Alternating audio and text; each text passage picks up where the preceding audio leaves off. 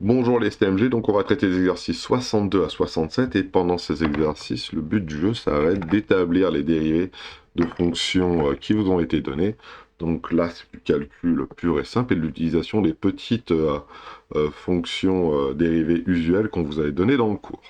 Donc, assez facilement, on va pouvoir commencer par le 62 et à chaque fois, il y en a 3 à traiter. Donc je vais essayer de les traiter dans l'ordre. F de x égale 17x moins 3.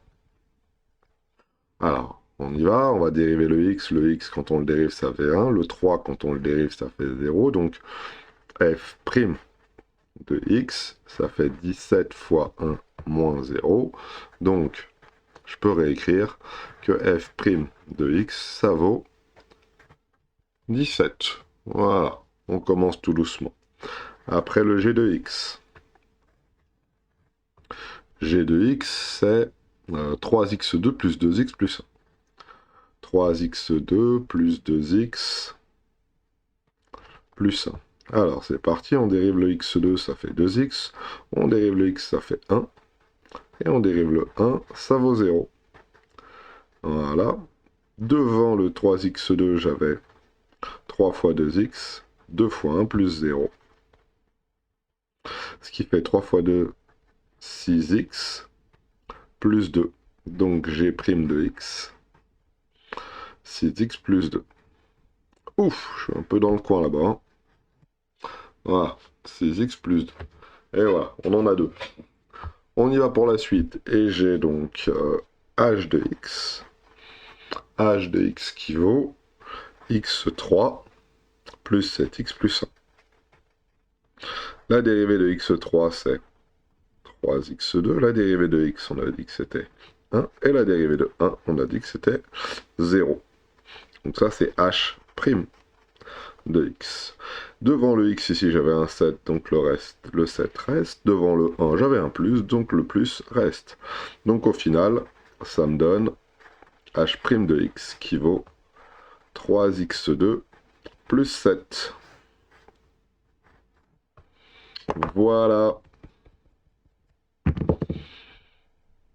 3x2 plus 7. Et voilà pour le 62, il faut faire ça pour les 5-6 exercices qui sont derrière. Donc je vais le faire pour que vous ayez à chaque fois les résultats que vous pouvez comparer avec ce que vous avez trouvé. Donc 63, f de x est égal à 1 moins 3x. Alors de la même manière, hein, f' de x, la dérive de 1 c'est 0, je ne vais pas le noter, la dérive de x c'est 1. Et devant j'ai un moins 3, donc je garde le moins 3. Ce qui fait f' de x égale moins 3. G de x. Alors, G de x, c'est 5x au carré moins x. 5x au carré moins x. Alors, on dérive. G' de x, c'est donc 5 fois 2x moins la dérivée de x, c'est 1. Ce qui, au final, me donne G' de x qui vaut 10x moins 1. Voilà. Et h de x.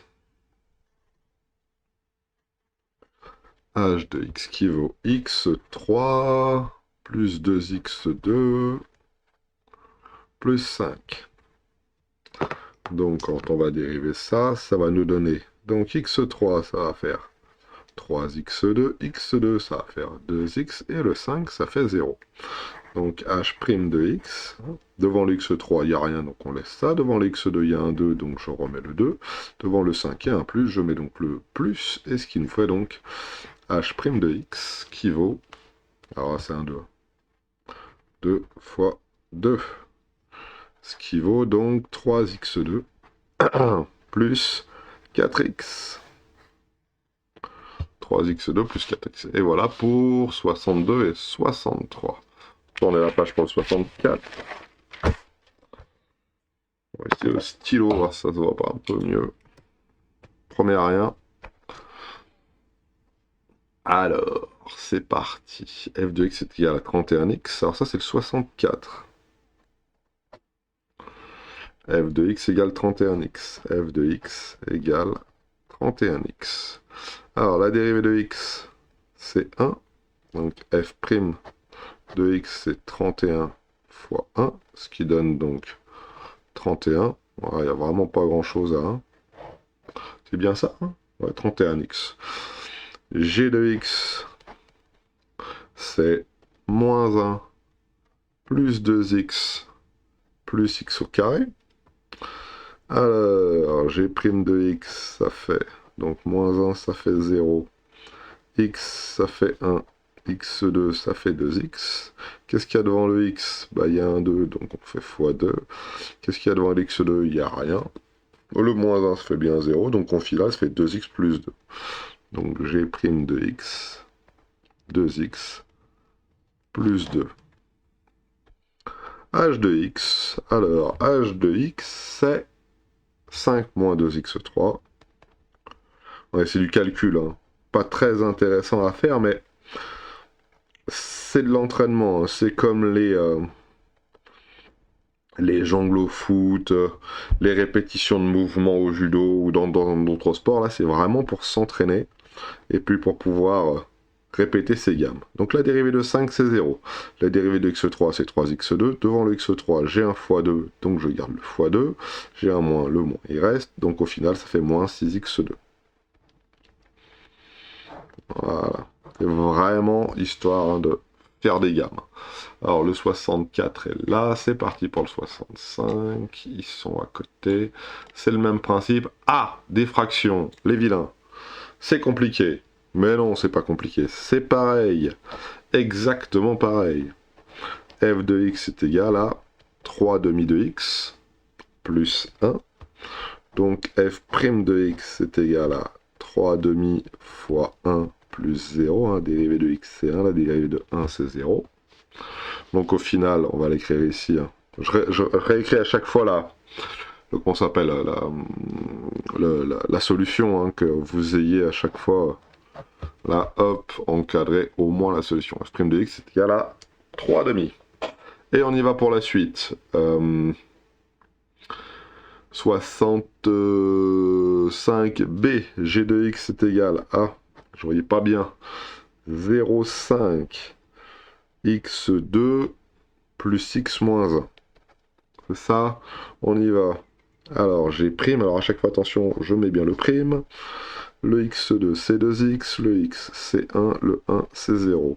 Ça fait 0,5 fois 2x plus 1 moins 0, ce qui au final me donne, bah là je vais l'écrire en dessous, G' de x qui vaut 0,5 fois 2, bah ça fait 1, 1x plus 1. Et voilà. Et h de x, qui est égal à moins 2x3 moins 3x2 plus x. Oula, ah, il y a du monde. Il y a du monde. La dérivée de x3, 3x2. La dérivée de x2, 2x. La dérivée de x, 1. Est-ce que c'est vraiment nécessaire que je mette les flèches? Allez, je les mets. Voilà. Moins 2 fois 3, moins 3 fois 2, plus 1.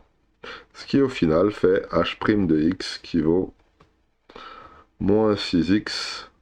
Oula, je m'ai trompé. Je m'ai trompé.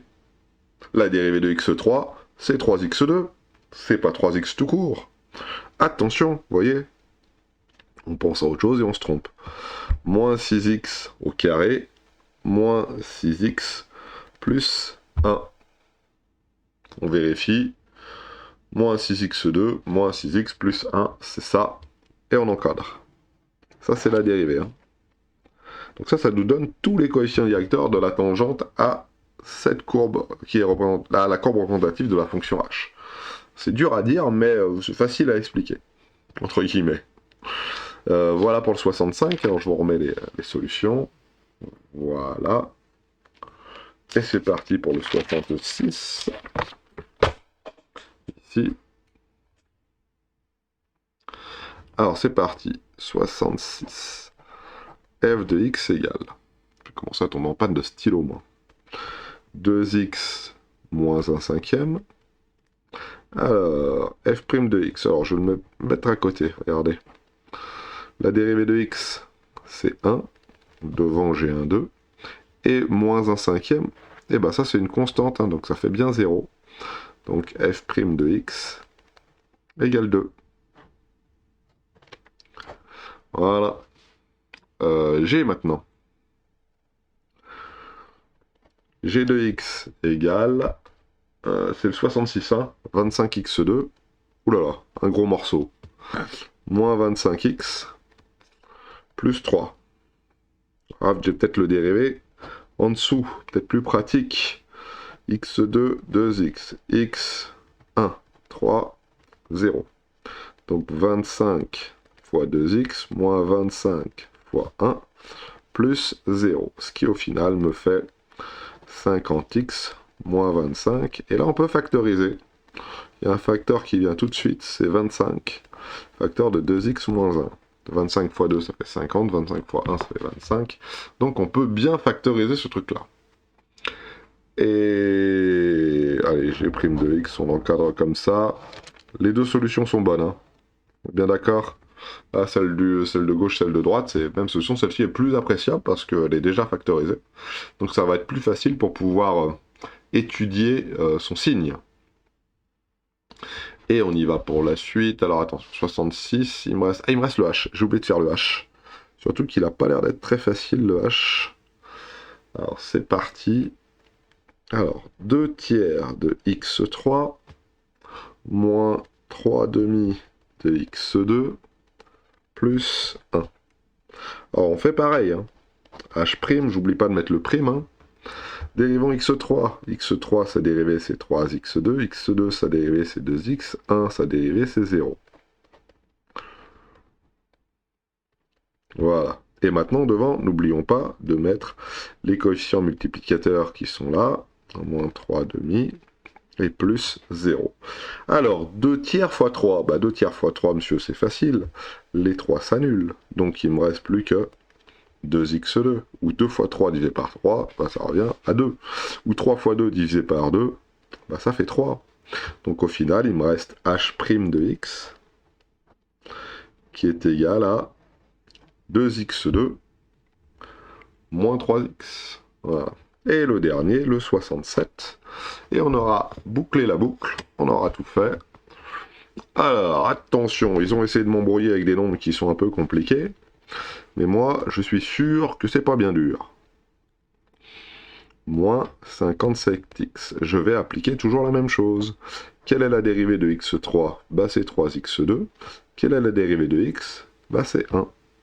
Donc ça fait 123 fois 3, qu'il va falloir faire à 2 têtes, moins 57 fois 1. À 2 têtes, je suis pas sûr. C'est le matin, peut-être on va pas le faire 2 têtes. Quoique. Alors, comment on fait 57 fois 1? Bah ça fait 57, ça pose pas de problème. Maintenant, 3 fois 123. Bah 3 fois 100, ça fait 300. 3 fois 20, ça fait 60. 3 fois 3, ça fait 9. 369 x au carré moins 57. Et voilà notre petite première dérivée. Alors, est-ce que je vais avoir la place de tout faire? Ouh, là, j'ai... À tous les coups, je vais pas avoir la place de faire la h. Ah si, peut-être. 61,5 fois x2 moins 31,2. Ils font exprès, hein. Fois x plus 21,3. Alors, on dérive. Où est-ce que sont mes x? Alors, j'ai un x2, ça me fait un 2x. J'ai un x, ça me fait un 1. Et celui-là est tout seul, ça me fait un 0. 31,2 fois. Et là, 61,5 fois. Donc 61 fois 2. Alors, 60 fois 2, 120. 1,5 fois 2, 3. Donc ça fait 123x moins 31,2 plus 0. Voilà, j'ai prime de x. Je suis en bas de ma feuille, mais on l'a. 123x moins 31,2. On peut revérifier celui-là, 61,5 fois 2, oui c'est ça, hein, 120, 123. Voilà comment ça se dérive tout doucement, et comment ça avance tout doucement. Alors pareil pour ici, h, je vais essayer de le faire là. Alors, h de x égale, alors, racine de 2x, alors pas avoir peur de la racine de 2, c'est la racine de 2, ouais, ça s'arrête là. Donc la racine de 2, c'est juste un 414 et puis plein de nombres derrière. Hein. C'est un nombre, hein, comme 1, 2, 3, 8, 16, 32. Voilà. x2 plus 1. Alors, regardez comment c'est facile. La dérivée de x2, c'est 2x. La dérivée de 1, c'est 0. Et après, je remets devant. Racine de 2 fois 2x plus 0. Donc au final, ça me fait h' de x qui vaut 2 racines de 2, le tout fois x. Le tout fois x. Et on encadre. Et voilà pour ces petits exercices. Donc je vous remonte le 67. Je vous remonte le 66. Et puis voilà, je vous souhaite à tous de passer une excellente journée.